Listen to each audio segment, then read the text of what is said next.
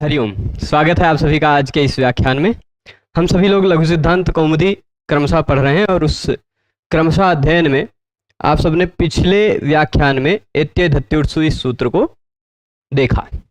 इस सूत्र के अंतर्गत कुछ वार्तिकों को भी देखा। इसके जितने पक्ष हैं इस सूत्र के सामान्य दृष्टि से जानने लायक उन पक्षों को जाना था। ठीक है, इसमें दो वार्तिक अक्षादुहिन्याम उपसंख्यानम और प्रादुहोढोढै शैशेषु इस वार्तिक तक हमने पढ़ लिया था। अब प्र के बाद ऊह, ऊढ़, ऊढ़ी, एष, ऐष्य होने पर पूर्व और पर के स्थान पर वृद्धि हो जाती है, यह बात जाना था। अंतिम में अब इसके बाद आगे पढ़ते हैं तो अगले वार्तिक पर चलते हैं। अगला वार्तिक है ऋते च तृतीया समासे और फिर उसके बाद प्रवत्सतर कंबल वसनार्ण दशानाम ऋणे। इन दो वार्तिकों को आज समझेंगे। कल वाले पेज पे ही आ जाते हैं। ऋते च तृतीया समासे आपने एक देखा था ना, कल जो देखा था उससे आगे चलते हैं। आज वार्तिक कौन सा है? ऋते च तृतीया समासे।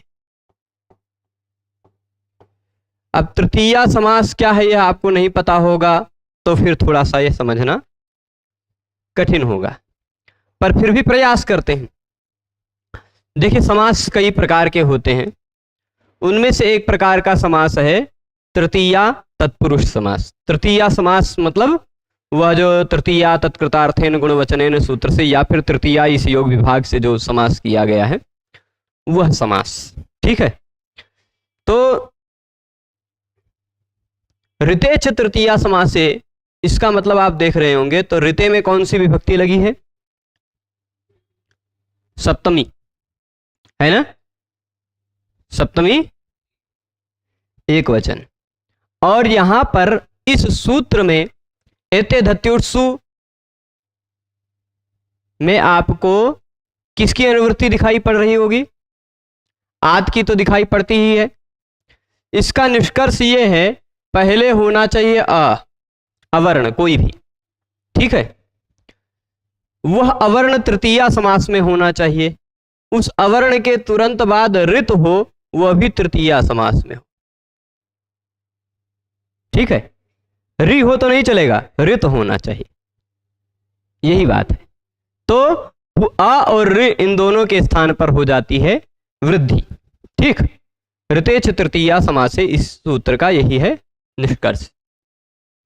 उदाहरण देंगे हम। उदाहरण ऐसा होगा, यह है उसका विग्रह, सुखेन ऋतः।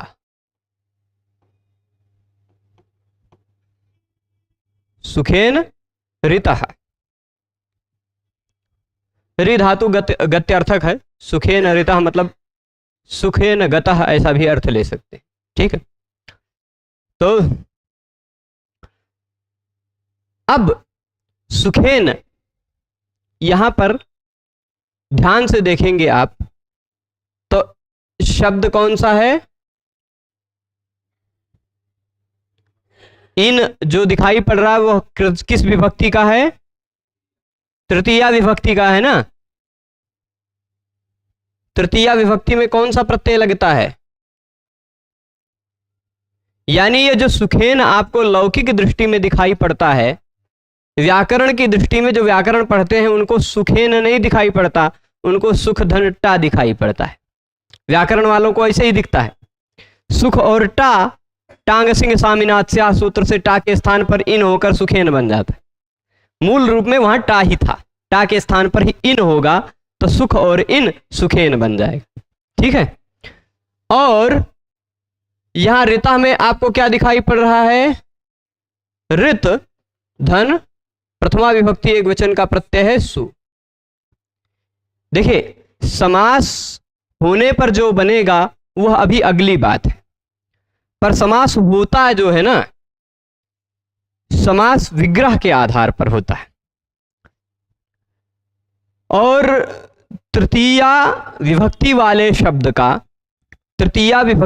शब्द का किसी सुबंत के साथ समास होता है, ऐसा तृतीया सूत्र ने कहा। ठीक है, तो तृतीया विभक्ति वाला यह सुखटा शब्द है, तृतीया विभक्ति लगी है, ऐसा दिखाने के लिए ही हमने यहाँ टा लिखा। इसका किसी सुबंत के साथ समास हो गया। ठीक है, अब ये समास है कि नहीं? इस सुख रित टा, सुख टा रित सु, इसको आप समास कह पाएंगे कि नहीं? इसको समास कहा जाएगा कि नहीं? ये समास है। आप समास के स्वरूप को जब समास पढ़ेंगे तब बढ़िया से जानेंगे, पर यह भी समास है। कैसा समास है? तृतीया समास है। अब इसकी सिद्धि होने पर जो रूप बनेगा वो समास होने के कारण बना हुआ ऐसा समझा जाएगा, पर तृतीया विभक्ति के शब्द का प्रथम किसी सुबंत के साथ समास होता है, ऐसा कह दिया गया। तो तृतीया विभक्ति का शब्द हमने यहां लिख दिया और किसी सुबंत को यहां लिख दिया, समास हुआ, तो ये बन गया सुखटा ऋतसु का एक समास। समास है। जो समास होता है उसको कृतधित समासाश्च नियम के आधार पर प्रातिपदिक कहा जाता है। यानी यदि यह सुखटा ऋतसु समास है तो यह सुखटा ऋतसु यह प्रातिपदिक भी है। जो जो कृदंत होता है या जो जो तद्धितांत होता है या जो समास होता है उसकी प्रातिपदिक संज्ञा भी होती है। ठीक है, ये थोड़ा सा विस्तार में चल रहे हैं। ये क्या है? यह समास है, समास है ना। और कौन सा वाला समास? तृतीया विभक्ति के साथ हो रहा है इसलिए तृतीया समास है, ये भी बात ध्यान दीजिएगा। और समास होने के कारण प्रातिपदिक भी है। प्रातिपदिक है कि नहीं? कृतधित समासाश्च इस नियम के आधार पर, तो यह समास भी है, प्रातिपदिक भी है। किसी भी प्रातिपदिक के अंतर्गत अगर आपको सु औजस अम औट षष्टाभ्याम भिस गेभ्याम भ्यस नसिभ्याम भ्यस नसोसाम ज्ञो सुप इन 21 प्रत्ययों में से कोई भी प्रत्यय दिखाई पड़ता हो तो वह लुप्त हो जाता है। नियम है सुपो धातु प्रातिपदिकयोः। ठीक, सुपो धातु प्रातिपदिकयोः। यह कहता है धातु के अंदर या प्रातिपदिक के अंदर, धातु के स्वरूप में या प्रातिपदिक के स्वरूप में अगर आपको सुप दिखाई पड़ता हो तो उसको आप कर दीजिए लुप्त। क्या कर देंगे आप? तो अब यहां सुप कौन कौन सा दिखाई पड़ रहा है? टा और सु। इस टा को भी आप कर देंगे क्या? लुप्त। इस सु को भी कर देंगे लुप्त, गायब हो जाएगा। बचा क्या? और रित। अब आप बताइए, कुत्ते की पूंछ कट जाती है तो क्या वो भैंस बन जाता है या खरगोश बन जाता है? कुछ बन जाता है, वो रहता तो कुत्ता ही है ना। तो इस समास की पूंछ मान लीजिए टा और सु कट गई तो ये तब भी तो समास ही रहेगा, तब भी प्रातिपदिक ही रहेगा, रहेगा कि नहीं? अब यहां पर आपको जो सूत्र का शर्त है वह मिल जाएगा। आपको अंतिम में अवर्ण दिखाई पड़ेगा, उसके तुरंत बाद में आपको ऋत दिखाई पड़ेगा, जो ऋत है और तृतीया समास में है। अवर्ण के बाद ऋत पड़ता हो, वह ऋत तृतीया समास में पड़ता हो तो पूर्व और पर दोनों के स्थान पर हो जाती है वृद्धि। ठीक है, पूर्व वर्ण यहां आ है, पर वर्ण यहां ऋ है, आ और ऋ दोनों के स्थान पर आ जाएगी एक वृद्धि। ठीक, क्या आएगी? वृद्धि। अब यहां पूर्व के नियमों को ध्यान रखिएगा। पहले जो आप नियम पढ़े, आ और ऋ इन दोनों के स्थान पर होना क्या है? वृद्धि होना है। वृद्धि किसे कहते हैं? आ, आई, औ, यही तीनों है ना वृद्धि। अब आप बताइए इन तीनों में से कौन सा करेंगे आ और ऋ के स्थान पर? ये देखिए, आई आएगा क्या? आ का उच्चारण स्थान कंठ, ऋ का उच्चारण स्थान मूर्धा। तो कंठ और मूर्धा के स्थान पर ये कंठ तालु वाला तो नहीं आ सकता, कंठ ओष्ठ वाला तो नहीं आ सकता, खाली शुद्ध कंठ वाला आ जाएगा, है ना, क्योंकि इसमें मूर्धा है, इन दोनों में मूर्धा नहीं है ना। आप कहेंगे मूर्धा तो इसमें भी नहीं है, पर इन दोनों में तालु और ओष्ठ एक्स्ट्रा आ रहा है, इसमें एक्स्ट्रा कुछ नहीं आ रहा है। ठीक, अकेला कंठ वाला है। तो इसलिए अ और ऋ के स्थान पर आने की बारी किसकी आएगी? आ की आएगी।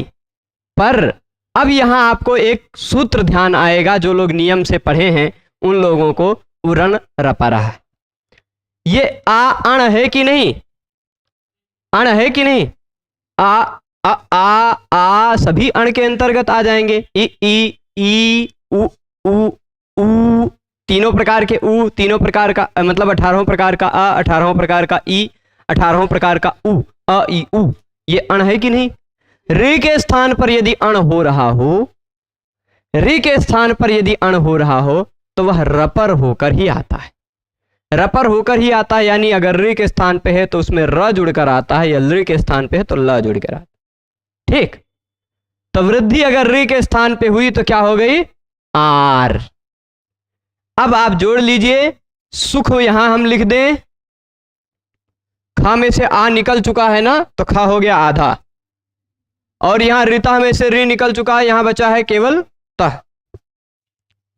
ठीक, आप इसको जोड़ लीजिए, बन जाएगा सुखार्थ। ठीक है, यह सुखार्थ है, यह ऋते च तृतीया समासे का यही उदाहरण है। अब दुखेन ऋतः दुखार्थ, ऐसा भी कह सकते हैं, दुखम गतः, अथवा दुख धन आर्थ का भी दुखार्थ बनता है ना। अब ये तो हो गया ऋते च तृतीया समासे। यहां इधर फिर से देख लीजिए, क्या था? ऋते च तृतीया समासे सुखेन ऋतः सुखार्थ। सुखाय ऋतः होता तो, सुखाय ऋतः होता तो क्या समास यहां वृद्धि होती? क्योंकि तृतीया समास नहीं थी।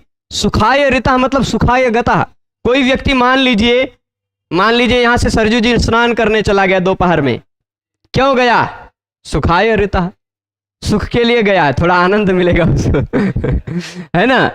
तो वह सुखाय ऋतः अगर उसमें समास करेंगे तो सुखरता ही बनेगा। ठीक, तो वृद्धि नहीं होगी, क्योंकि तृतीया समास वहां नहीं है। ठीक है, तृतीया समास नहीं है, तो जी तृतीया समास वहां नहीं है। अब आप बताइए, यहां पर ये इतनी बात स्पष्ट हो गई।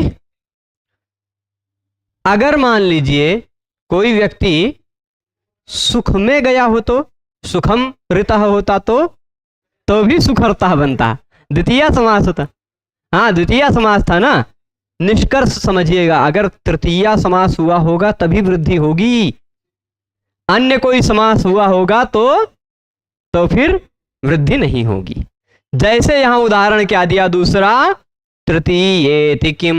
प्रश्न क्या पूछा कि भाई आप कह रहे हो तृतीया समास होना चाहिए, अगर इस सूत्र में तृतीया आप क्यों कह रहे हो? इस वार्तिक में तृतीया क्यों कह रहे हो? इस वार्तिक में आप तृतीया क्यों कह रहे हो? तो कहते हैं चलो भाई, कोई शब्द क्यों कहा गया है या कोई वस्तु क्यों है, उसका महत्व तब समझ में आता है जब उसको हटाकर देखा जाए, है ना। उसका महत्व तब समझ में आता है जब उसको हटाकर देखा जाए। तो तृतीया यहां क्यों कहा गया, जरा हम तृतीया को हटाकर देख ले। ऋते च समासे अगर ऐसे सूत्र बना ले तो अभी मैंने बताया सुखाय ऋतः, वहां भी सुखार्ता बनने लग जाता, सुखम ऋतः वहां भी सुखार्ता बनने लग जाता है ना। तो यहां तृतीया कहने से पता चलता है कि परमश्चासो ऋतः ऐसा कहना चाहें या अन्य किसी समास से परमर्तः बनाना चाहें तो वहां परम और ऋतः तो है, अवर्ण तो है, उसके बाद ऋत तो है, पर तृतीया वाला समास नहीं है, इसलिए वृद्धि नहीं हुई। आद गुणा से हो जाएगा गुण, आएगा अ, उरण रपरा से रपर होकर अर, परमर्थ बना लेंगे। तो तृतीया क्यों कहा गया? यह तृतीया को हटाया तो पता चला, है ना। तृतीया न होता तो परमर्थः, सुखरतः इत्यादि बहुत सारे जगहों पर अन्य समास होने पर भी वृद्धि होने की आपत्ति आने लगती, वहां पर भी आपको मजबूरी में वृद्धि करना पड़ता, जो कि अनिष्ट है। तृतीया समास होने पर ही, ऋत पर में होने पर ही पूर्व और पर के स्थान पर वृद्धि होगी। यह इतना ऋतेच तृतीया समासे का निष्कर्ष हुआ। ठीक है, आगे चले, परमर्तः तक पहुंच गए। अगला वार्तिक है प्रवत्सतर कंबल वसनारण दशानाम ऋणे। हम यहां फिर से इसको अगले पेज में लिखेंगे, बहुत बड़ा सा वार्तिक है। प्र डैश डैश करके लिख रहे हैं, प्रवत्सतर कंबल वसन, ठीक, फिर उसके बाद है वसन ऋण, फिर उसके बाद दश, है ना। ये वसन और ऋण जुड़ करके वसनारण बन गया है। ठीक है, वसन और ऋण जुड़ के वसनारण बन गया, वो इसी वार्तिक से ही बना है। वसन और ऋण जुड़ के जो वसनारण बना वो इसी वार्तिक का ही उदाहरण है। मैं थोड़ा सा इसको नीचे ले आऊं क्योंकि ये स्क्रीन में थोड़ा सा कट रहा है। आई कुछ ज्यादा ही भाग गए।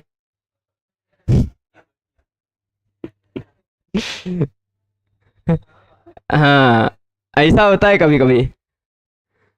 प्रभु आप नीचे चलो थोड़ा सा। हाँ, अब ठीक है ना।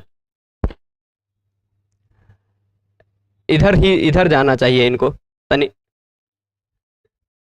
ये कुछ गड़बड़ होने लगता है कभी कभी। हाँ, थोड़ा ऐसे। हाँ, तो वसनारण, फिर उसके बाद क्या है, दश, दशानाम ऋणे, दश है, दशानाम, ये इतने सारे शब्द हैं इसलिए बहुवचन हो गया, षष्ठी बहुवचन। तो दशानाम का मतलब आप क्या समझेंगे, दश का ही केवल। ठीक है, दशानाम मृणे, यहां मृणे जो दिखाई पड़ रहा है वो दशानाम धन ऋणे है।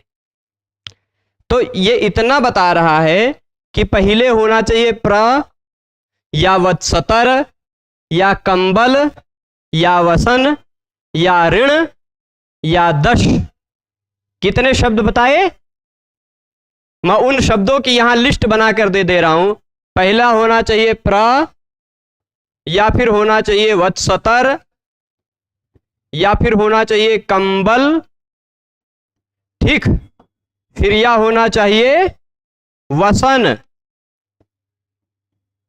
ठीक, और या फिर होना चाहिए ऋण, या फिर होना चाहिए दश। इतने शब्दों के बाद यदि क्या हो, ऋणे, पर में क्या होना चाहिए, ऋण शब्द होना चाहिए। इन सभी के पर में यदि ऋण शब्द हो, चलिए भाई हम जोड़ देते हैं। प्र के बाद भी ऋण, वत्सतर के बाद भी ऋण, कंबल के बाद भी क्या जोड़ेंगे हम, ये खाली ऋण जोड़ने पे ही ये वार्तिक काम करेगा क्योंकि ऋणे कहा है।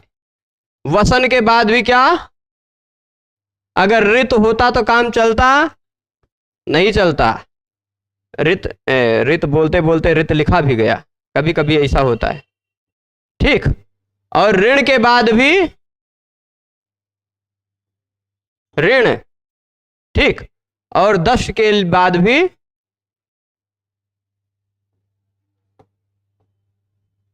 ये इतना जोड़ा हो तो पूर्व में आने वाला सभी में प्र, वत्सतर, कंबल, वसन, ऋण, दश, इन सभी शब्दों में एक सामान्य बात देख रहे होंगे आप। वह सामान्य बात है अंतिम वर्ण सब में अ है। तो प्र, वत्सतर, कंबल, वसन, ऋण और दश, इन सब में अंतिम अक्षर अ है।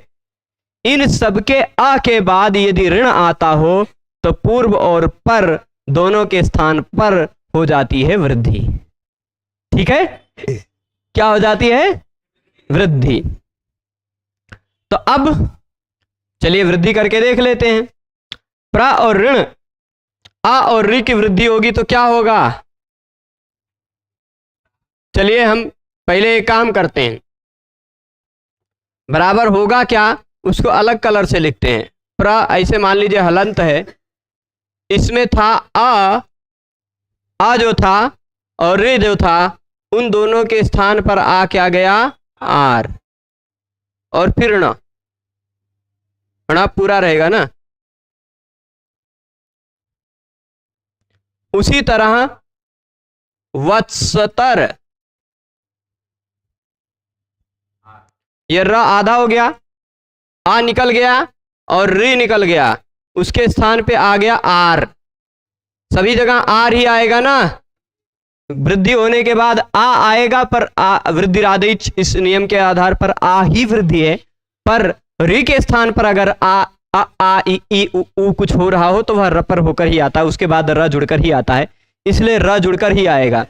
चलिए कंबल और ऋण को जोड़ेंगे तो कंबल में ल बचेगा आधा, उसके आ और री के स्थान पे आ जाएगा आर और ण। ठीक, ऐसे ही वसन में भी वसन न आधा बचेगा, आ निकल गया है तो, और री के स्थान पर आ और री के स्थान पर पूर्व और पर के स्थान पे आ गया है आर, जोड़ दिया गया है। इसको भी अभी जोड़ेंगे बाद में। इधर देखिए ऋण है, ठीक, आ निकल गया तो आधा बचा, और फिर आ गया आर और फिर ऋण, क्योंकि ऋण में से ऋण निकल चुका है। ठीक, और फिर उसके बाद 10 में से भी आप देखिएगा श आधा बचेगा और आर और फिर ऋण, सबको आप जोड़ लीजिए। जोड़ लेंगे तो ये बन जाएगा प्रार्ण, वत्सतरार्ण, कंबलार्ण, वसनार्ण और ऋणार्ण और फिर दशार्ण। ठीक है, प्रार्ण मतलब होता है बहुत प्रगत ऋण, बहुत हाई फाई कर्जा। ठीक, ऋण मतलब कर्जा, हाई फाई कर्जा होगा वो प्रार्ण कहलाएगा, है ना। और फिर वत्सतरार्ण, वत्सतर कहते हैं छोटे बच्चे को, छोटे बच्चे के लिए जो ऋण लिया गया हो वह, ठीक है, वत्सतरार्ण हो जाएगा। और कंबल, कंबल खरीदने के लिए ठंडी के सीजन में हो सकता है किसी के पास ना रहा हो पैसा, कंबल खरीदने के लिए कुछ कर्जा ले लिया हो तो कंबलार्ण। ठीक, और कुछ लोग थोड़े और कपड़ा खरीदने के लिए भी कर्जा ले लेते हैं तो वो वसन, वसन मतलब कपड़ा, कपड़ा खरीदने के लिए ऋण ले लिया तो वो हो गया वसनार्ण। और कुछ लोग कर्जा मिटाने के लिए दूसरा कर्जा ले लेते हैं, है ना। एक व्यक्ति का 1000 रुपया लिए हैं, अब उनके पास कुछ है नहीं, वो सामने वाला व्यक्ति मांग रहा है मेरा 1000 दो, तो दूसरे से 1000 लेके दे दिया।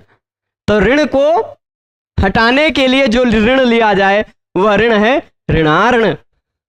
ठीक, और 10 रुपए का जो ऋण हो या 10 लोगों का जो ऋण हो वह होता है दशार्ण। ठीक, समझ गए। तो ये ऋण शब्द पर में होने पर ही ऐसी वृद्धि होगी, अन्य किसी स्थिति में वृद्धि नहीं होगी। ठीक है, ये इतनी बात स्पष्ट है। तो अब आपको मैं एक बार फिर से एत्यधत्युत्सु सूत्र पूरा दिखा देता हूं। एत्यधत्युत्सु के अंतर्गत आने वाले चारों वार्तिकों का एक एक दो दो वाक्य में सार रूप में अर्थ बता देता हूं। एत्यधत्युत्सु सूत्र कहता है कि पहले अवर्ण होना चाहिए, फिर उसके बाद इण धातु या एध धातु का ऐसा रूप हो जिसका पहला अक्षर एच हो। ठीक, पहले क्या हो, अवर्ण, उसके बाद अवर्ण के बाद होना चाहिए एजादि। एजादि मतलब ए ओ आई औ, जिसका पहला अक्षर हो ऐसा एजादि। अरे प्रभु आ जाओ, हाँ, एजादि एति और एधति, यानी इण धातु या एध धातु का कोई रूप हो। एजादि इण धातु और एध धातु का कोई रूप हो, अथवा ऊठ हो, ऊठ पर में हो तो पूर्व और पर के स्थान पर वृद्धि हो जाती है। ऊठ के विषय में हमने विस्तृत चर्चा कर ली है। एध धातु इण धातु का रूप एति अगर रहेगा तो उपैति बन जाएगा, उप धन एति उपैति। यहां वृद्धि करने की आवश्यकता क्यों पड़ी? जब वृद्धि रेचि से काम चल जाता था तो बताया गया क्योंकि यहां एंगी पर रूपम से पर रूप होने लगा था।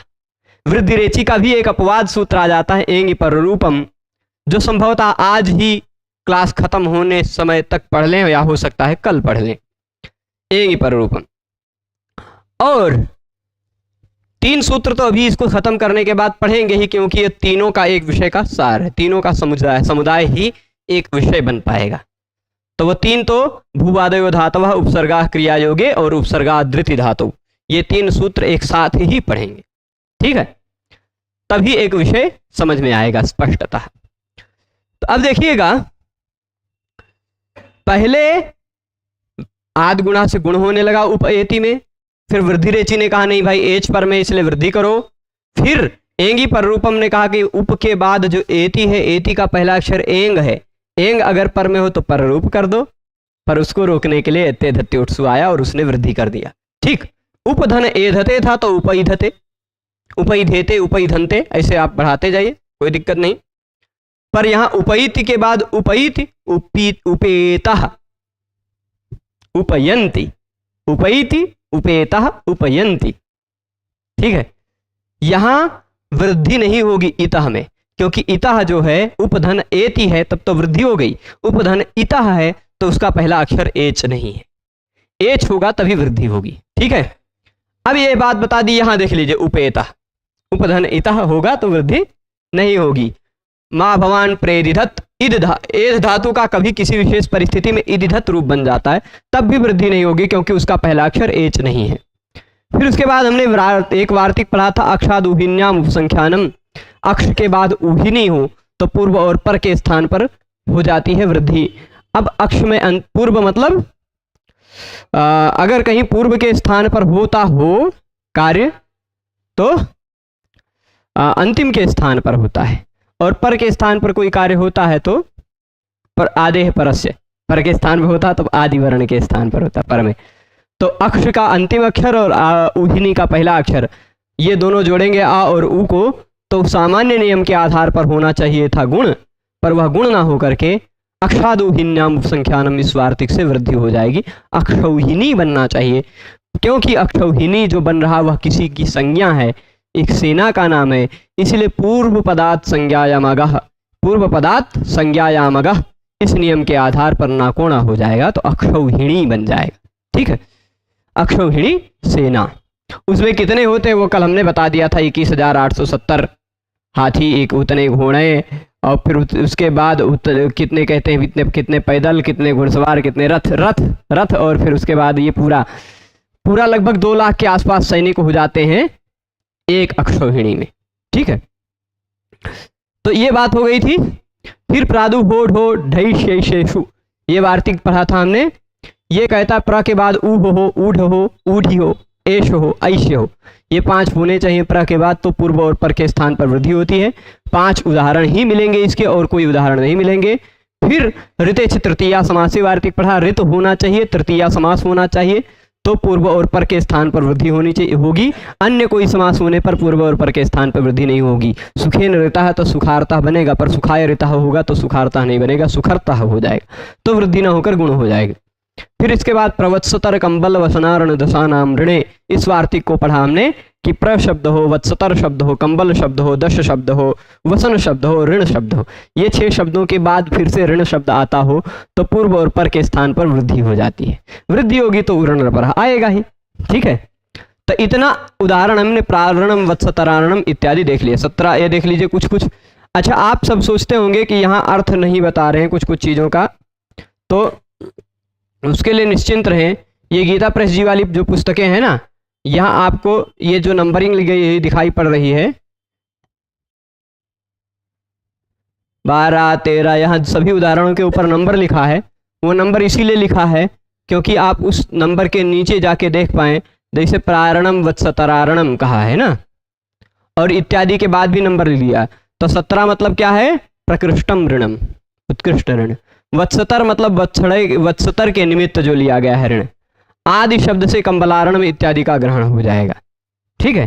तो अर्थ दिया हुआ है, इसलिए कोई चिंता मत कीजिएगा। अब आ जाइए अग्रिम सूत्रों में, 3 सूत्र एक दूसरे से जुड़े हुए हैं, एक दूसरे के से संबद्ध, एक शब्द को सिद्ध करने के लिए जो है ना, वो शब्द है यहाँ ये अंतिम दिखाई पड़ रहा, प्रार्थति। इस एक शब्द को सिद्ध करने के लिए 3 सूत्र एक साथ मिलकर आएंगे।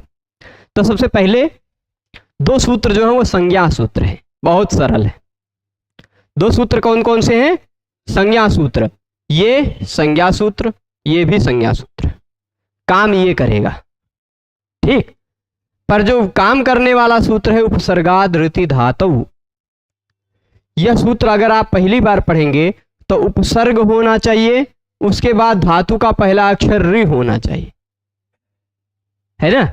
उपसर्गात ऋति धातु, पहले कोई उपसर्ग हो, उसके बाद कोई धातु हो जिसका पहला अक्षर रि हो। तो आपको पहले पता तो होना चाहिए क्या होता है उपसर्ग और क्या होती है धातु, है ना। तो वह बताया जाएगा उपसर्गा क्रियायोगे और भूवादयो धातव, इन दोनों के माध्यम से। ठीक है, अब देखिएगा, इसको निकाल लीजिए उपसर्गा क्रियायोगे के सूत्र को 1459 पर। अष्टाध्यायी में निकालेंगे तो थोड़ा बहुत इसके विषय में कुछ रहस्य बता देंगे। कुछ लोग जो होते हैं प्रा परा अपसम अनु औ निस्निर दुर्वी आंगनी अधि अपि अति सु अभि प्रतिपरि उप, इन सबको यहाँ जो लिखे हुए हैं इन सबको उपसर्ग ही मानते हैं। पर हम आपको कुछ अगर अतिरिक्त न बताएं सबके जानकारी के हिसाब से तो फिर यहाँ खड़ा होना बेकार है। तो कुछ तो जानना भगवान पाणिनि जी के हिसाब से जानना जरूरी है। अष्टाध्यायी में 1459 नंबर सूत्र निकालेंगे तो उसी से 3 सूत्र पहले आपको कुछ दिखाई पड़ता होगा। प्राग्रीश्वरान्यपाता दिख रहा है, प्राग्रीश्वरान्यपाता कौन सा सूत्र मैंने बताया? यह है 59। इसी से पहले अगर 56 नंबर सूत्र आप देखेंगे तो क्या दिखाई पड़ा आपको? प्राग्रीश्वरान्यपाता। मैं यह लिख दे रहा हूं यहां पर जिससे आपको तनिको कंफ्यूजन ना हो। अच्छा, इस सूत्र, ये जो सूत्र लिखा है, इस सूत्र के बाद कोई एक नंबर लिखा होगा, वो नंबर यही लिखा होगा। ठीक, 97 लिखा है। अब जरा 97 नंबर पर जाकर देख लीजिए क्या है, दिखाई पड़ा? अब इन दोनों सूत्रों का अर्थ अपने आप समझ गए होंगे, बहुत विशेष नहीं, पर इन दोनों में एक दूसरे में क्या रिलेशन है वो समझ गए होंगे आप। प्राग रीश्वरान्यपाता ने कहा कि प्राग मतलब पहले, रीश्वर से। यहां जो रीश्वर शब्द कहा जाएगा, रीश्वर शब्द कहा जाएगा, उससे पहले जो कुछ भी कहा जाए वह निपात है। ठीक, प्राग रीश्वरात निपाता, रीश्वर से पहले जो कुछ भी कहा जाए वह निपात है। तो रीश्वर यहां कहा गया ना अधिरीश्वरे में, यानी 56 नंबर सूत्र के बाद से 97 नंबर सूत्र के मध्य इन 41 सूत्रों में जो कुछ भी कहा जाएगा वह निपात भी कहा जाएगा। अब आप बताइए 58 नंबर सूत्र को देखिए, इन 56 और 97 के बीच में है कि नहीं? कौन सा सूत्र है? प्रादयः, प्रादयः यानी प्र आदि। अच्छा, पाणिनि जी बहुत शॉर्टकट में लिखते हैं, सूत्रों में बहुत ज्यादा विस्तार नहीं करने जाते, खाली कह दिया सर्वादीनि सर्वनामानि। क्या कह दिया? सर्वादीनि सर्वनामानि। सर्व इत्यादि जो है वो सर्वनाम है। अब सर्व इत्यादि कौन है वो आपको देखने के लिए पाणिनि जी ने एक फुटनोट वाली अलग डायरी बनाई थी, उसमें जाके देखना पड़ेगा, है ना। वो गण पाठ है। सर्व इत्यादि सर्वनाम है, ये बता दिया। फिर उसके बाद एक सूत्र बता दिया कि प्र आदि निपात है, प्रादयः, प्राग्रीश्वरान निपाता के आधार पर उसके तुरंत बाद कौन सा सूत्र है? 56 के बाद 57 चादयो सत्य होगा ना। प्राग्रीश्वरान निपाता चादयो सत्वे, फिर प्रादयः। अब इसमें वहां चादयो सत्य कह दिया, च आदि जो है वह द्रव्य के से भिन्न अर्थ वाले हों तो वो निपात हैं। प्र इत्यादि भी अगर किसी द्रव्य के सूचक ना हो तो वो भी निपात है ना। स्पष्ट है कि नहीं? तो प्र आदि भी क्या है? निपात है। अब प्र इत्यादि कौन है? क्या आप जानना चाहते हैं प्र आदि कौन है? तो वैसे इनकी लिस्ट यहां वृत्तिकार ने दे दी है, प्र से लेके उप तक कुल मिलाकर है 22, ये प्र आदि है। यह लिस्ट दे दी है, पर यह लिस्ट यदि न दी होती तो क्या करते आप? तो आप यहां जाते, कहां जाते? ये अष्टाध्यायी जी की शरण में जाते, अष्टाध्यायी.com पे, ठीक। और यहां पर ये आप देख पा रहे होंगे, ये 3 बटन जो दिखाई पड़ता है, यहां पर गण पाठ भी मिल जाएगा आपको, ठीक है। गण पाठ, वैसे अब पुस्तकें आती हैं, गण पाठ की पुस्तकें आती हैं, पर जहां जहां भगवान पाणिनि ने आदयः कहा है, वो आदि कौन कौन से हैं वो जानने के लिए आपको गणपाठ जानना होता है। जैसे सबसे पहले भगवान पाणिनि ने 1:1:27 में सर्वादीनि सर्वनामानि कहा। क्या कहा? तानी जूम हो जाओ। क्या कहा? सर्वादीनि सर्वनामानि, सर्व इत्यादि सर्वनाम है। तो सर्व इत्यादि कौन से हैं? वो यहाँ सर्व, विश्व, उभ, उभय, डत, रडतम, अन्यत, अन्यतर, इतर, तत्व, नेम, समसीम, ऐसा पूरा लिस्ट दे दिया। सर्व इत्यादि कौन से? पूरा लिस्ट बता के एक साथ बताते हैं कि ये सब सर्वनाम है तो काम नहीं चलता ना, बहुत बड़ा सूत्र हो जाता। इसीलिए खाली कह दिया सर्व इत्यादि जो है वो सर्वनाम है। अब सर्व इत्यादि कौन से हैं वह आपको उनकी दूसरी डायरी यानी गणपाठ दूसरी वाली पुस्तक देखनी पड़ेगी। अष्टाध्यायी जो है वह केवल सूत्र पाठ है, ठीक। आपको गणपाठ भी देखना पड़ेगा, वह गणपाठ में जिस नंबर पर सूत्र रखा है। अष्टाध्यायी के पहले अध्याय का सूत्र अगर आप देखना चाह रहे हैं तो वो गणपाठ के पहले अध्याय में मिलेगा। दूसरे अध्याय का सूत्र देखना चाह रहे हैं तो वो गणपाठ के दूसरे अध्याय में मिलेगा, ठीक। इसी सीरियल से ही बनाया है, सूत्र पुस्तक को बड़ा ना होने देने के कारण। तो सर्व इत्यादि कौन से हैं वो यहाँ इस लिस्ट में दे दिया, सर्व इत्यादि 35। फिर उसके बाद स्वरादि, स्वरादि निपातम अव्ययम, एक सूत्र में कह दिया भगवान पाणिनि ने स्वरादि, वो 1:1:37 में। फिर उसके बाद पहले अध्याय के में जहां जहां आदि कहा है इन्होंने, चादयो सत्वे 1:4:57 में कहा है, वो चा आदि कौन से हैं यहाँ आप देख लीजिए, पूरा लिस्ट में दे दिया। फिर उसी के तुरंत बाद प्रादय 58 में दिख गया ना।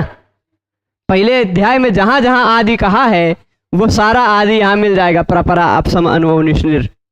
फिर ऐसे उर्यादि चुदाचश्चा उर्यादि कहा है उसमें आगे, है ना। फिर साक्षात प्रभृति, इनमें साक्षात इत्यादि कौन से हैं वो बता दिया, है ना। वो सभी शब्दों की एक एक लिस्ट दे दी है, समझ रहे हैं? ये बात स्पष्ट है। तो कहीं भी अगर सूत्र में आदि कहा जा रहा है तो वह आदि का अभिप्राय क्या है, उस आदि का अभिप्राय क्या है वह आपको उस लिस्ट में देख के जाके देखना पड़ेगा। अब भू आदयो धातवः कह दिया तो भू आ इत्यादि कौन से हैं वो जाके आपको धातु पाठ में देखना पड़ेगा। धातुओं की लिस्ट एक अलग लिस्ट दे दी है, वो भी धातुओं का गण है, भ्वादि गण, अदादि गण, फिर जो इत्यादि, दिवादि इत्यादि ऐसे गण है ना। तो ये बात स्पष्ट हो रही है। तो प्रादयः, एक सूत्र हमने बताया प्राग्री स्वरान निपाता, उसके बाद आया प्रादयः, ठीक है। प्र आदि कौन से हैं? प्र आदि का इसके आधार पर एक संज्ञा हो गई, प्र आदि की निपात संज्ञा। प्र आदि इन 22 को आप क्या कह सकते हैं? आप सब कहते थे कि 22 ये उपसर्ग हैं, पर उपसर्ग नहीं है, मूल रूप में ये निपात है। मूल रूप में पहले सूत्र के आधार पर ये निपात है प्रादयः, ठीक। ये उपसर्ग कब होते हैं? उपसर्गा क्रिया योगे।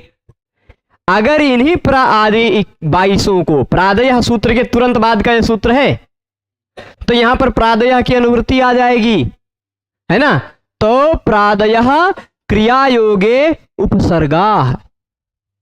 प्र आदि अगर क्रिया से जुड़े हुए हों तभी उनको आप उपसर्ग कह सकते हैं, अन्यथा आप उनको उपसर्ग नहीं कह सकते। अन्यथा अगर उपसर्ग से नहीं जुड़ा है, खाली वैसे प्र लिखा हुआ है, तो वह निपात है। वह धातु से नहीं जुड़ा है तो वह निपात है, अगर वह धातु से जुड़ा है तो वह उपसर्ग है, ठीक। इसी के तुरंत बाद सूत्र है गतिश्च है। वह कहता है अगर क्रिया से जुड़ा हो तो उसको खाली खाली उपसर्ग ही नहीं कहा जाता, गति भी कहा जाता है। यानी प्र आदि को आप खाली उपसर्ग के नाम से जानते थे ना, हमने 3 नाम बता दिया, 3। अब आप कहें थोड़ा 1 2 और बता दें 3, मतलब उनको कब कब 3 सूत्र लगातार जान गए ना कि प्र आदि को सामान्य रूप में निपात कहा जाता है, विशेष परिस्थितियों में जब क्रिया से जुड़ जाते हैं तो उनको उपसर्ग और गति कहा जाता है। उपसर्गा क्रिया योगे गतिश्च, ठीक है। और जो जो निपात होता है, जो भी निपात होता है वह आप 1 1 39, देखिए शायद वही नंबर सूत्र है 39, कौन सा सूत्र है, उससे ऊपर आप देख लीजिए, स्वरादि निपातम अव्ययम कहीं दिखाई पड़ रहा है, 37 नंबर है। अच्छा, पहले अध्याय के पहले पाद में ही नंबर गड़बड़ होने लगा, थोड़ा दिमाग संतुलन से बाहर जा रहा है। हाँ, तो अब स्वरादि निपातम अव्ययम, स्वरादि निपातम अव्ययम 37 पे दिखाई पड़ा है ना। वो 37 नंबर सूत्र है, वह कहता है स्वर इत्यादि शब्द और निपात अव्यय भी कहे जाते हैं। स्वर आदि शब्द और निपात जो हैं उनको अव्यय भी कहा जाता है। इस आधार पर प्र आदियों को अव्यय भी कहा जा सकता है, यानी वो केवल निपात हैं सामान्य मूल रूप में, निपात होने के कारण अव्यय भी हैं मूल रूप में, और क्रिया के साथ जुड़े हुए हैं तो वो उपसर्ग और गति हैं, ठीक है। अब उन्हीं 22 में से कुछ कुछ जो विशेष हैं, जैसे आपको ये वाला दिखाई पड़ जाएगा अनुर्लक्षणे, है ना, फिर उसके बाद ये अपि भी दिखाई पड़ जाएगा, लक्षणेत्थम भूताख्यान भाग विवसा सुप्रति, कहाँ गया प्रति जी, ये प्रति परि प्रतिपर्यनवः, परि भी है, अनु भी है, ऐसे कुछ कुछ चुनिंदा की कर्म प्रवचनीय संज्ञा भी होती है, सबकी नहीं, है ना। तो ये 5 संज्ञाएं इनमें इनकी प्राप्त हो सकती हैं, इन शब्द स्वरूपों की। तो इनको आप खाली खाल उपसर्ग समझने की भूल मत कीजिएगा। ये उपसर्ग कब हैं, क्रिया योगे। प्र इत्यादि को क्रिया से जुड़ा होने पर ही आप उपसर्ग कह सकते हैं, ठीक है, क्रिया से योग होने पर। अब देखिए प्रादयः, प्रादयः कहां से आया आप सोचेंगे, प्रादयः कहां से आया, तो मैंने इसीलिए अष्टाध्यायी की यात्रा करवाई आप सबकी, वहां पे दिखाया कि आप 58 नंबर सूत्र देख लीजिए, प्रादयः मिल जाएगा, मिला ना। तो इन्होंने भी, वृत्तिकार वरदराजाचार्य जी ने भी पहले ही सूत्र में स्पष्ट कर दिया था कि सूत्रेषु अदृष्टम पदम सूत्रांतराद अनुवर्तनीयम। अगर मान लीजिए इस सूत्र में कोई शब्द नहीं दिखाई पड़ रहा है, अर्थ में दिखाई पड़ रहा है, तो आप समझ लीजिए पिछले सूत्र से वह शब्द आ रहा है, पिछले सूत्र से वह शब्द आ रहा है। किसी व्यक्ति ने कल के व्याख्यान में प्रश्न पूछा था कमेंट के माध्यम से, जो लोग सामने रहते हैं वो पूछ ले जाते हैं, जो सामने नहीं रहते हैं वो लोग कमेंट करते हैं। तो उसने प्रश्न पूछा था कि गुरुजी अनुवृत्ति क्या होती है। भाई आप नियमित देखते रहें, आपको समझ में आ जाएगा। प्रसंग जो चल रहा है जिस बात की, वह बात बार बार न कहा जाना, पिछले बात से उस बात को ले लिया जाना ही अनुवृत्ति है, ठीक है। अब आप प्रसंग देखने के लिए ही ये नंबर डाला हुआ है, बाकी इस नंबर की क्या आवश्यकता थी। ये भगवान पाणिनि जी ने किस प्रसंग पर यह बात कही है वो जाके देखना पड़ेगा। तो आपको इससे पहले ही एक सूत्र दिखाई पड़ जाएगा प्रादयः, ठीक।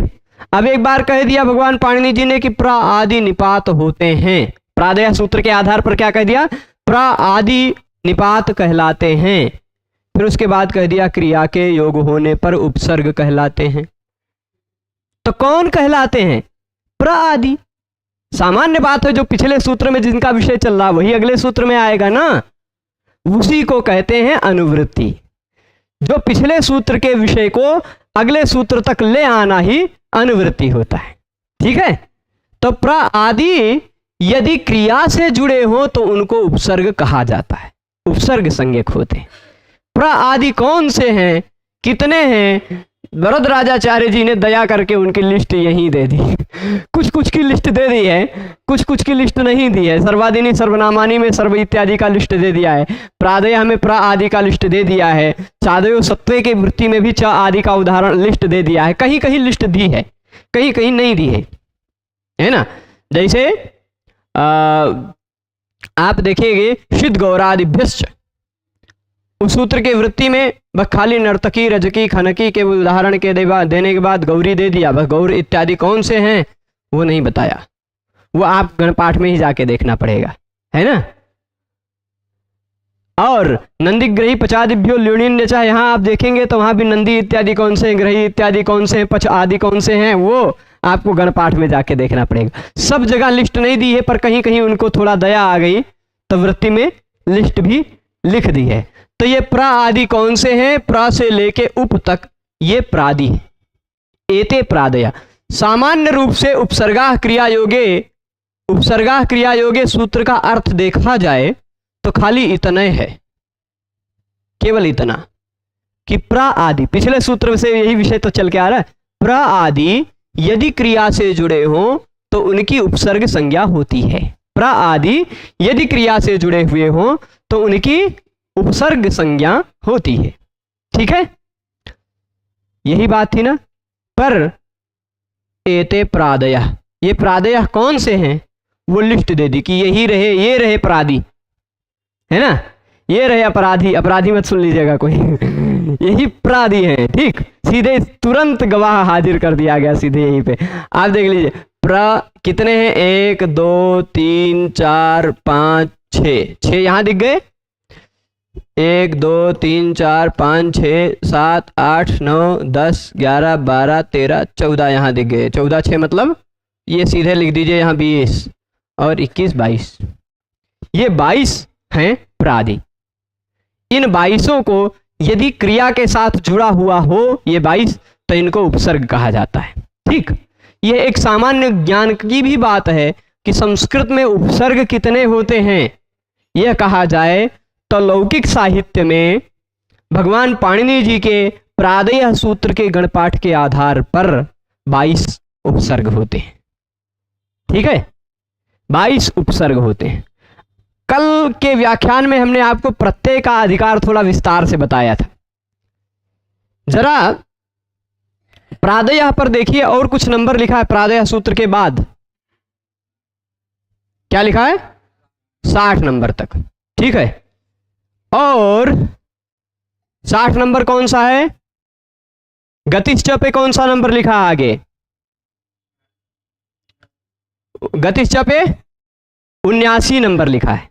यानी अब प्रादय की बात चली गई गतिश्च तक, यानी और गतिश्च से फिर गति का विषय शुरू हो गया। ठीक, और उपसर्गा क्रिया योगे में उपसर्गा पे के बाद भी कोई नंबर लिखा होगा, कौन सा नंबर लिखा है, 62 लिखा है। ठीक है, यानी उपसर्ग भी गति में जा रहा है, उपसर्ग का विषय भी। ठीक है, अब जरा 80 81 80 नंबर सूत्र देखिए, ते प्राग धातु, 80 नंबर दिखाई पड़ा। यह कहता है कि कल हमने बताया था प्रत्यय परश्च, प्रत्यय जो होता है वो पर में ही जुड़ता है, पर आज बता रहे उपसर्ग जो होता है वो ते प्राग धातु। उपसर्ग और गति हमेशा धातु से पहले ही जुड़ेंगे। धातु से योग तो होगा, क्रिया से योग होगा तभी वो उपसर्ग कहे जाएंगे, क्रिया से योग होगा तभी वो गति कहे जाएंगे।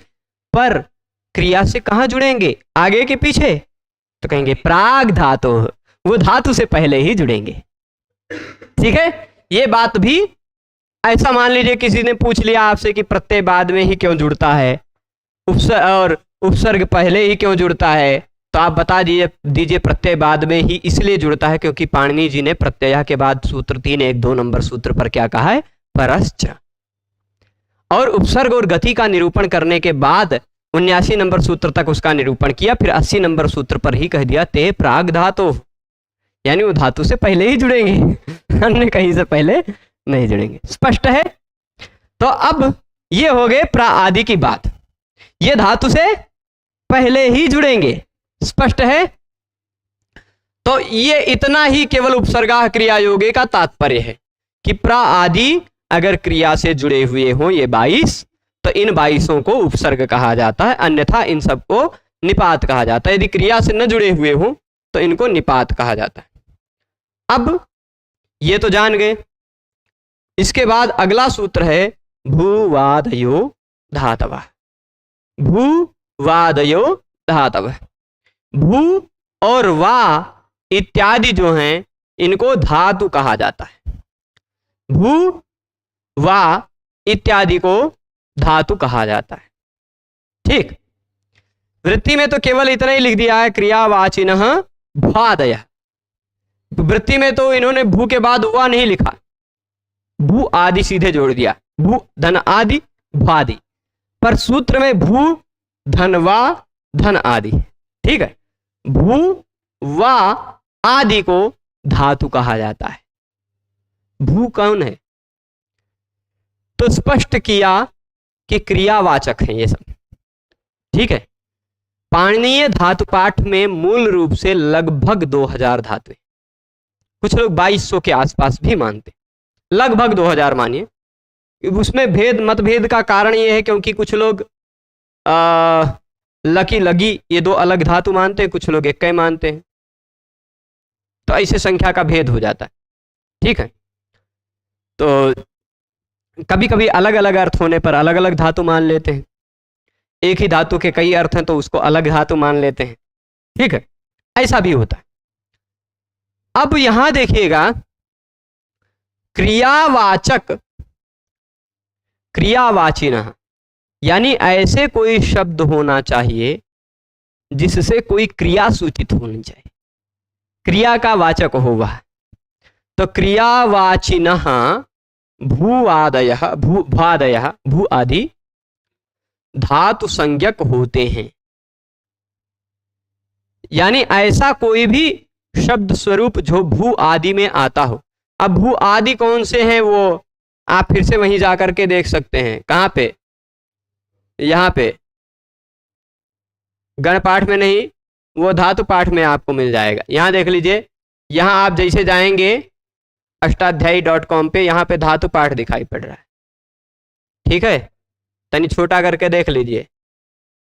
ये भू आदि कौन कौन से धातु, तो यहाँ पर पूरे के पूरे लगभग जितने भी हैं वो दिखाई पड़ जाएंगे।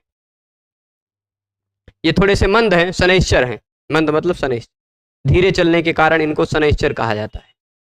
ठीक, अब देखिए भू आदि है ना, भू एध स्पर्ध बाध गाध बाध, गाध के बाद बाध है। हाँ, फिर नाथ नाथ दध स्कंद, ऐसे बहुत सारे हैं। आप ऐसे जाते जाएंगे तो खत्म नहीं होंगे। ये थोड़ा छोटा करके भी हम ऐसे भगा दें तो भी आप देख लीजिए बहुत है ना, लगभग 2000 से ऊपर है। अरे इनका रूपो आने लगा। नहीं, अब रूप पे नहीं जाएंगे हम, यहाँ आ जाएंगे फिर से।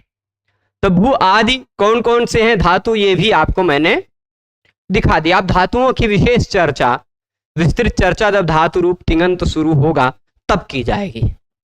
ठीक है, पठति पठता पठंती भवति भवता भवंती इत्यादि आप सिद्ध करने लगेंगे तो वहां पर उसकी विस्तृत चर्चा की जाएगी। अभी खाली इतना, अभी हमें उपसर्गादृति धातु समझना है, मुख्य प्रक्रिया का संधि का नियम समझना है।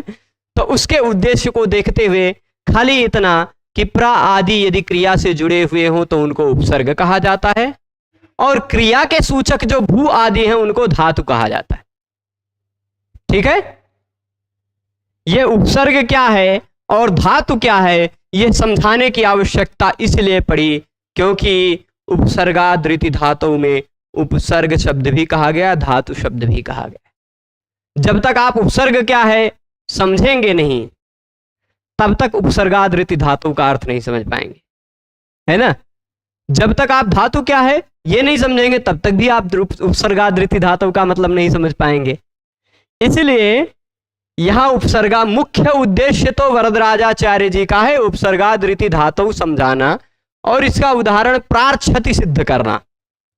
पर क्योंकि इसमें एक उपसर्ग शब्द का प्रयोग किया गया और इसमें धातु शब्द का प्रयोग किया गया है, इसलिए उपसर्ग और धातु दोनों बता दिया। प्र आदि उपसर्ग हैं और भू आदि धातु। ठीक, जो क्रिया के सूचक हों। अब देखना अवर्णांतात, उपसर्गात। अब उपसर्गों में देख लीजिए लिस्ट, ऐसे उपसर्ग कौन कौन से हैं जो अवर्णांत हैं। उपसर्गात ऋति धातु देख लीजिए, नंबर कितना है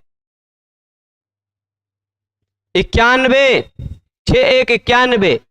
यहां पर निकालिए 87 नंबर सूत्र, 4 सूत्र पहले, 4 सूत्र पहले निकालिए, देखिए वहां से प्रसंग किसका चल रहा है, आद गुणा मिल गया। उपसर्गाद ऋति धातु 91, उससे पहले 4 सूत्र पहले आपको आद गुणा दिखाई पड़ जाएगा, है ना। इसलिए थोड़ा दिखा दिया आपको कि यहां आद की बात चल रही है। किसकी बात चल रही है, आद, यानी आद उपसर्गात, आद उपसर्गात, ऐसा उपसर्ग हो जिसका अंतिम अक्षर अ हो। अब इन 22 में लिस्ट में देख लीजिए कौन कौन क्वालिफाई हो जाएंगे, ये भी हो जाएगा, ये भी हो जाएगा, ये भी हो जाएगा, ठीक, ये भी हो जाएगा, ये सब ये हो जाएगा, क्योंकि आंग में से आ ही बचता है ना, अवर्ण है।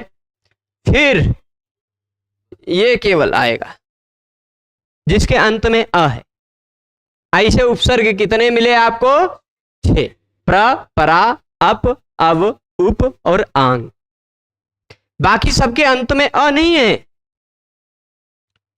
तो अवर्णांत उपसर्ग हो, यानी ऐसा कोई उपसर्ग हो जिसका अंतिम वर्ण अ हो, और उसके बाद धातु होना चाहिए कोई, पर धातु कैसी होनी चाहिए, रीति धातु। मैंने एक बात और प्रसंग बस याद दिलाया था वांतो ई प्रत्यय में, वांतो ई प्रत्यय बताते समय एक बात ध्यान दिलाया था।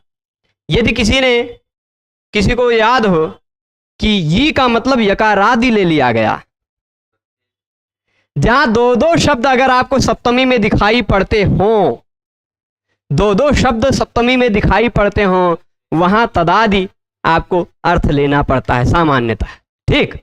यस्मिन विधिस तदादावल ग्रहणे, यह परिभाषा बताई थी, है ना।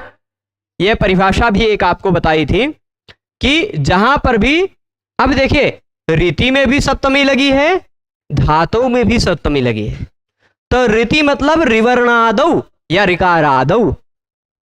रीति का मतलब क्या ले लिया जाएगा, रि हो आदि वर्ण जिसका ऐसा कोई धातु हो, ठीक। रीति धातु का मतलब रि पहला वर्ण जिसका हो ऐसा कोई धातु, वही कहा अवर्णांत हो उपसर्ग, यानी इन 6 उपसर्गों में से कोई एक, और धातु कैसा होना चाहिए, ऋकारादौ धातु। रीति धातु का ऋकारादौ क्यों ले लिया गया, यस्मिन विधिस तदादावल ग्रहणे, इस परिभाषा के आधार पर। यस्मिन विधिस तदादावल ग्रहणे, परिभाषा इंदु शेखर में देखिएगा लगभग नहीं 33 नंबर की परिभाषा होगी, ठीक है। एक बार मैं कंफर्म कर लेता हूं, यस्मिन विधिस तदादावल ग्रहणे 33 एक बार देख ही लेते हैं। कोई बहुत ज्यादा परिभाषा इंदु शेखर हमारी उंगलियों पे है, उंगलियों पे मतलब यहां डब्बा जी में। तो यस्मिन विधिस तदादावल ग्रहणे, बिल्कुल 33 नंबर है, 33, ठीक है। तो वहां पर मिल जाएगा, जहां पर भी, वहां भी वांतो ई प्रत्यय का ही विषय दिया गया था। तो यहां उपसर्ग होना चाहिए अवर्णांत, उसके तुरंत बाद होना चाहिए ऋकारादि धातु। धातु का पहला अक्षर क्या होना चाहिए, रे। तो पूर्व और पर के स्थान, अच्छा ये बताइए, ये 91 नंबर सूत्र इस 84 से लेकर 111 के बीच में है ना। 84 से 111 वाला प्रकरण कौन सा है भाई, कौन सा वाला है, जरा अष्टाध्यायी में 84 नंबर, एक पूर्व परयो, ये बार बार याद दिलाते रहेंगे आपको। एक पूर्व परयो, जो समझे हैं उनको मजा आ रहा होगा कि ये पूर्व और पर के स्थान पर एक आदेश करने वाले सूत्र हैं। 6-1-84 नंबर सूत्र के बाद 6-1-111 नंबर सूत्र से पहले के जितने भी सूत्र हैं, वो सूत्र जो भी कार्य करते हैं वो दोनों के स्थान पर एक करते हैं। इसके सिवाय के जितने संधि के सूत्र हैं वो या तो पूर्व वर्ण के स्थान पर कुछ बदलाव ले आते हैं, जैसे इको यणचि, ई के स्थान पर यह कर दिया, आ को कुछ बदलाव नहीं किया, है ना, या तो पर के स्थान पर कुछ करते हैं, पूर्व वाले के स्थान पर कोई बदलाव नहीं लाते। पर इनके अंतर्गत जो सूत्र हैं वो सूत्र पूर्व और पर दोनों को हटाकर कुछ एक ले आते हैं, एक पूर्व परयोः। ठीक, तो अब देखिएगा ये भी पूर्व और पर के स्थान पर कोई एक ही करेगा, तो वही कहा एकादेशा। ठीक, अवर्णांत उपसर्ग हो, उसके बाद धातु का पहला वर्ण रि हो, तो ऋकारादि धातु पर में हो तो वृद्धि होती है एकादेश के रूप में। उदाहरण देते हैं, अवर्णांत उपसर्गों में पहला उपसर्ग यही प्रा को ही उदाहरण ले लेते हैं। ठीक, मान लीजिए परा होता, या अपने मन में मैं एक ही लिखा हूं, आप 6 की कल्पना कर लीजिए। प्रण होता, परा होता, या अप होता, या अव होता, आंग होता, या उप होता, तो भी यही काम होता जो प्रा कर के लिखने पे हम कर रहे हैं, क्योंकि वो सभी तो अवर्णांत उपसर्ग हैं। और ऋति धातु का एक उदाहरण हम ले लेते हैं, ऋच्छति। ठीक, ये क्रिया का रूप है कि नहीं, ऋच्छति। ठीक है, तो प्रा उपसर्ग है, अवर्णांत, धातु है, उसके तुरंत बाद क्रिया का सूचक भू इत्यादि में से जिसका पहला अक्षर है ऋ। ठीक, जिसका पहला अक्षर है ऋ। जरा यहां पर एक और हम चमत्कार दिखाते हैं। ये लोगों ने जो काम किया है ना, बहुत कमाल का काम किया है इन लोगों ने।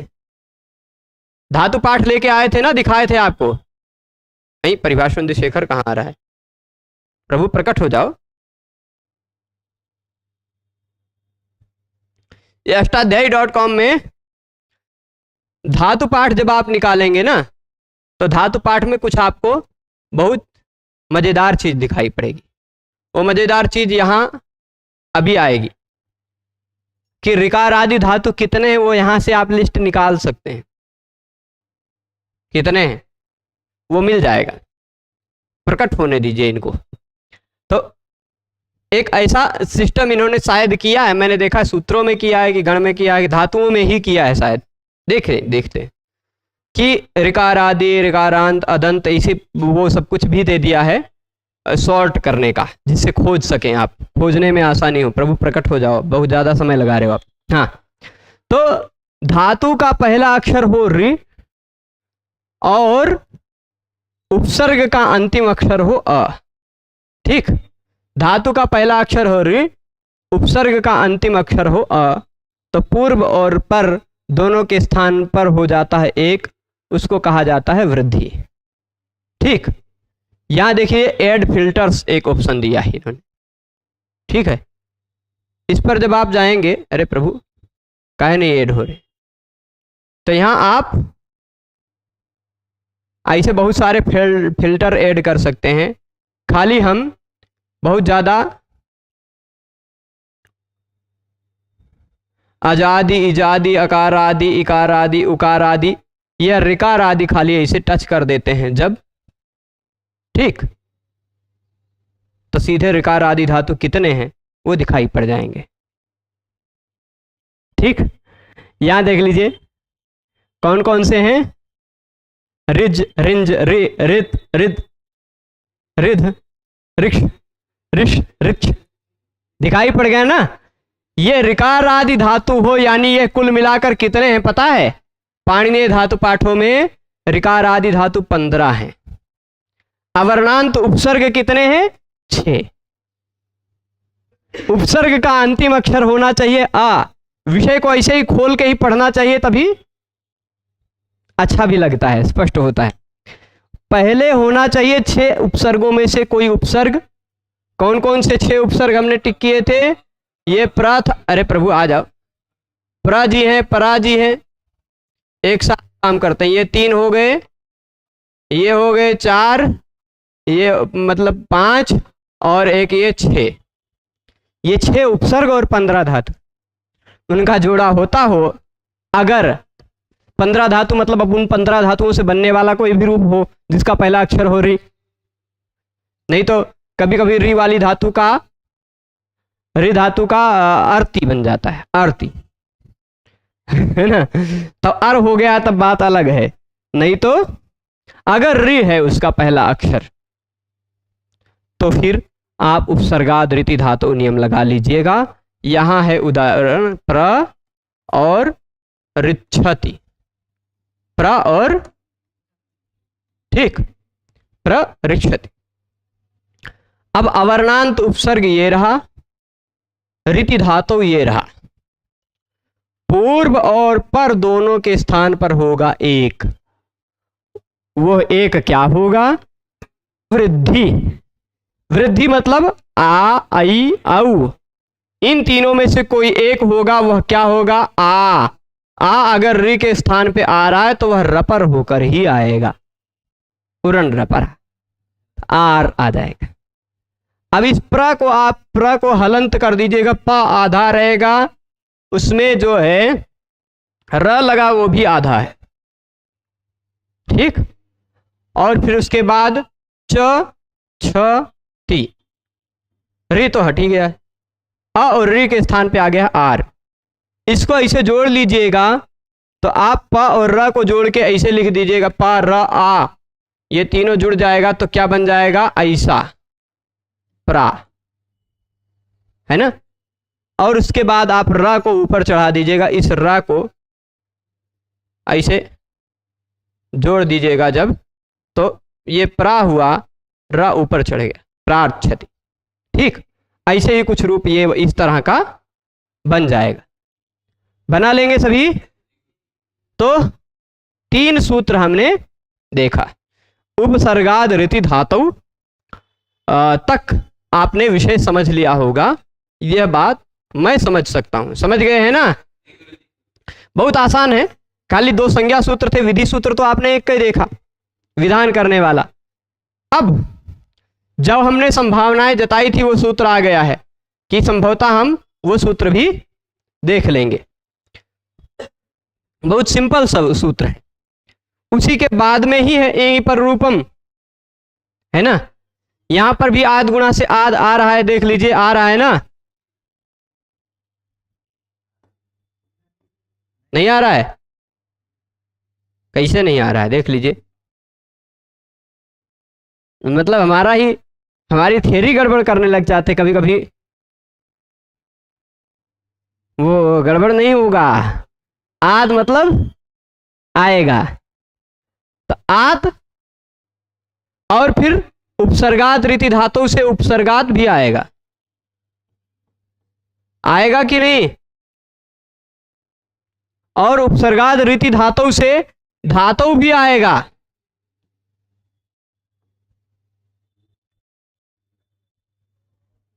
रीति क्यों नहीं आया, रीति इसलिए नहीं आया क्योंकि यहां एंगी की बात चल रही है। यह कहा था कि धातु का पहला वर्ण एंग होना चाहिए, वो कह रहा था धातु का पहला वर्ण री होना चाहिए, इसलिए री वाली बात खत्म हो गई, है ना। इसलिए री नहीं आया, बाकी वृद्धि भी आएगा, वृद्धि रेची से आएगा ना, नहीं वृद्धि नहीं आया, वृद्धि इसलिए नहीं आएगा क्योंकि पररूपम कहने लगे अब, ठीक, पररूपम कहने लगे तो वृद्धि नहीं आएगी। तो इतना निष्कर्ष हुआ, अरे प्रभु वो मत मिटिए, अवर्णांत उपसर्ग हो, उसके बाद एंगादि धातु हो, एंगी मतलब एंगादो, उपसर्ग का अंतिम वर्ण अ हो, यानी उन्हीं 6 उपसर्गों की बात चल रही, ठीक, उन्हीं 6 उपसर्गों की बात चल रही है। और धातु का पहला वर्ण होना चाहिए एंग, क्या होना चाहिए, एंग, यानी ए या ओ। तो पूर्व और पर दोनों के स्थान पर पररूप होता है। यह भी एक अपूर्व प्रयोग के बॉर्डर के अंतर्गत है, 84 से 111 नंबर सूत्र के बीच का ही है ना, है कि नहीं, ये बात स्पष्ट है। तो पूर्व और पर दोनों के स्थान पर पररूप हो जाता है। उदाहरण दे लीजिए, यहां पर प्र उपसर्ग ले लेते हैं और धातु का पहला अक्षर एजते, एज्र कंपने में या एज्र गतो, एजते, ठीक। प्रधन एजते, यहां धातु है कि नहीं एजते, वह एंग है कि नहीं, उसका पहला अक्षर है, और प्र है वह उपसर्ग है, अवर्णांत उपसर्ग है। तो आत उपसर्गात एंग धातु पर रूपम। ठीक, यही आत उपसर्गात एंग धातु मतलब एंगादो धातु। देख लीजिए वृत्ति भी वही बात कह रही है। आद उपसर्गात मतलब अवर्णांत उपसर्ग होना चाहिए, एंगादो धातु, एंग धातु मतलब एंगादो धातु, पर रूपम एकादेश स्यात्, पर रूप होगा वो भी एकादेश होगा। ठीक है, एकादेश वाली बात 111 तक चलेगी, तो यहां भी एकादेश वाली बात चलेगी। ठीक, पर रूपम एकादेश स्यात्, पर रूप यह एकादेश होगा। ठीक है, अब इस पूर्व में है आ, पर में है ए, इन दोनों के स्थान पर एक आएगा कोई, और वह क्या आएगा, पर रूप। पर वाला कौन सा है, ए, वही आ जाएगा। पूर्व रूप होता हो, पूर्व और पर के स्थान पे पूर्व रूप होता तो यानी आ वाला आ जाता, और पर रूप हो रहा है मतलब आ और ए के स्थान पे ए ही आ जाएगा। तो प्र में ए जुड़ जाएगा।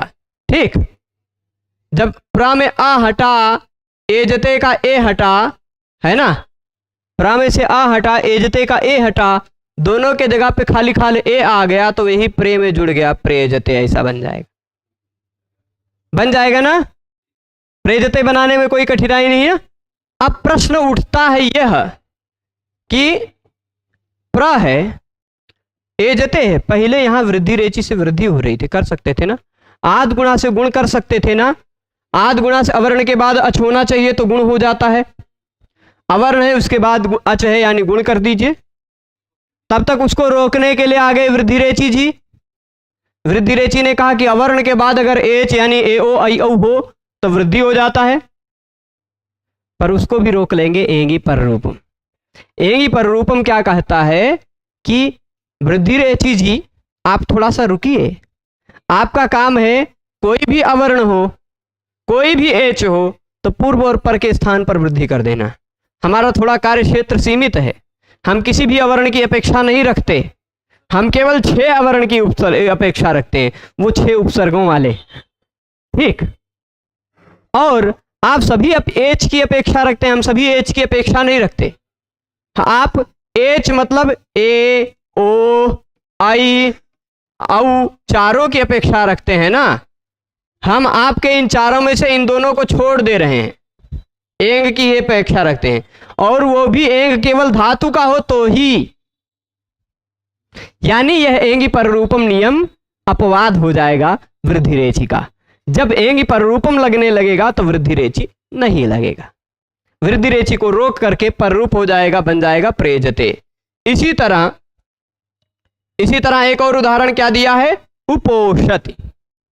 ठीक, उपोषति, उप धन ओषति। ठीक, यहां भी देख लीजिए अवर्णांत उपसर्ग है, अ उपसर्ग में दिख रहा है ना, यहां दिखा सबको, एंग दिख रहा है, अ और एंग के स्थान पर रूप ओ हो जाएगा, उपोषति बन जाएगा। बना लेंगे तो एंग पर रूपम भी बहुत आसान है। इसका केवल इतना तात्पर्य है कि उपसर्ग का अंतिम अक्षर होना चाहिए अ, उपसर्ग का अंतिम अक्षर होना चाहिए अ, और धातु का पहला अक्षर होना चाहिए एंग, तो पूर्व और पर के स्थान पर हो जाता है पर रूप। ठीक, स्पष्ट है। तो यहां तक रोकते हैं, इसमें और कुछ जो बातें हैं उनको देख लेंगे।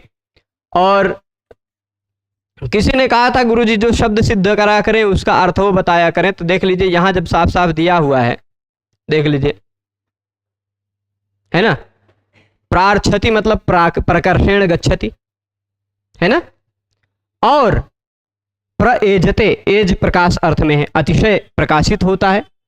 ठीक, और उपओषति, उप गच्छति, ठीक, समीप जाता है। ठीक है, स्पष्ट है। इतना तक आप समझ गए हैं, तो इतने पर ही आज के इस व्याख्यान को रोकते हैं। कल पुनः मिलेंगे, तो कल हम कौन सा सूत्र पढ़ेंगे? अचोन्त्यादि टी। कल टी की पार्टी होगी, टी की पार्टी, अचोन्त्यादि टी। तो चलिए, सभी को जुड़े रहने के लिए धन्यवाद। नमो नमः।